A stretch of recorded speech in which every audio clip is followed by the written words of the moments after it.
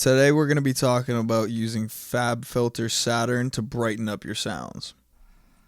Saturn is good regardless of what type of synth you're working with because it allows for different types of distortion and saturation to be applied at any frequency range.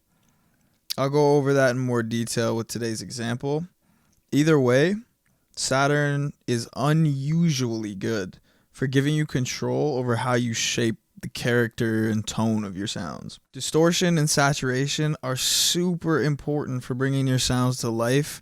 Saturn just offers that range of high quality distortion, and it's just perfect. There are 16 different distortion styles, from saturation to heavy guitar amps and bit crushing. You have a lot of options for what types of distortion you can apply. On top of that, there's multi-band processing of up to 6 bands, which allows you to sculpt your sound and distortion, which is super important when you want to have maximum control. Today, we're going over how to use Saturn specifically to brighten up a future bass chord loop. A lot of things you learn about Saturn can be applied to different sounds and samples, so even if you don't produce future bass, keep watching this video. Trust me.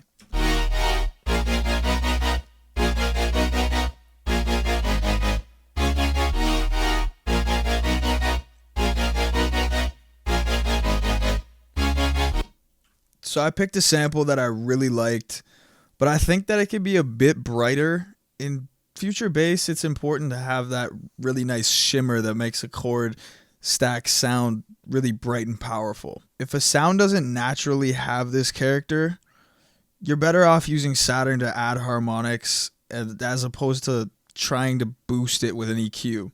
Saturn actually adds characteristics, harmonics, as opposed to forcefully boosting the weak ones that are hardly there.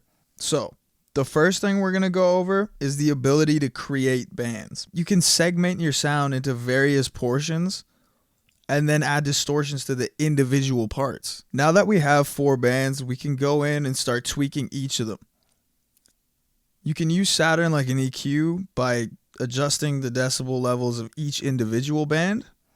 In this specific sound, we're going to take down the low end a bit because we're going to add our own individual sub afterwards. Now, I'm probably going to want to add a bit of sparkle to the high end, as this sound is missing that crispy top noise. I'm going to select that top band and then pick what type of distortion I want to apply to that band. I can adjust the drive of that distortion with this big knob in the center, which lets me determine how intense the distortion is. I like warm tape for the high end because it's not very intense or destructive.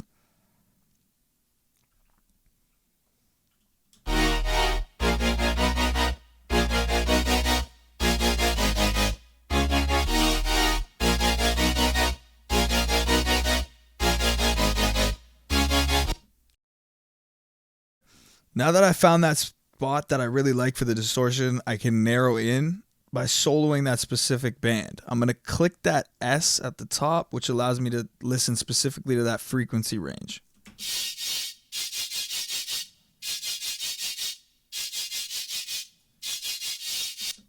Perfect for seeing the changes that I applied right then and there. You can also do this for every single other band. You can also mute bands to see what they sound like when they're removed.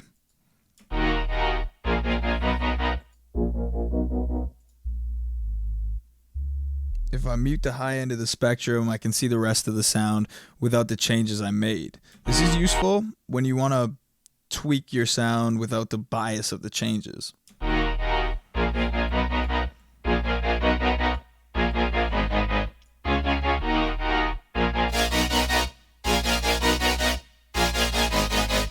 By tweaking one single band, I already made a sound become way brighter, which will help it cut through the mix much better.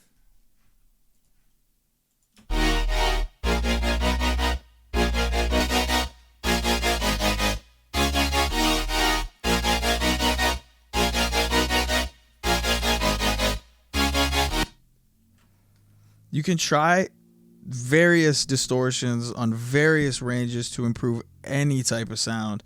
I find that Saturn brings the best results when I experiment.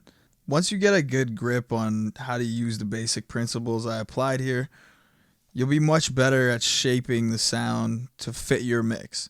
Even with the basic example I used today, I improved my sound immensely. I hope that you guys learned something about FabFilter Saturn that you can apply to your future sounds, tracks, whatever you guys do. Remember, sometimes the simple solution is the most effective one. Thanks for watching, guys. We'll see you soon.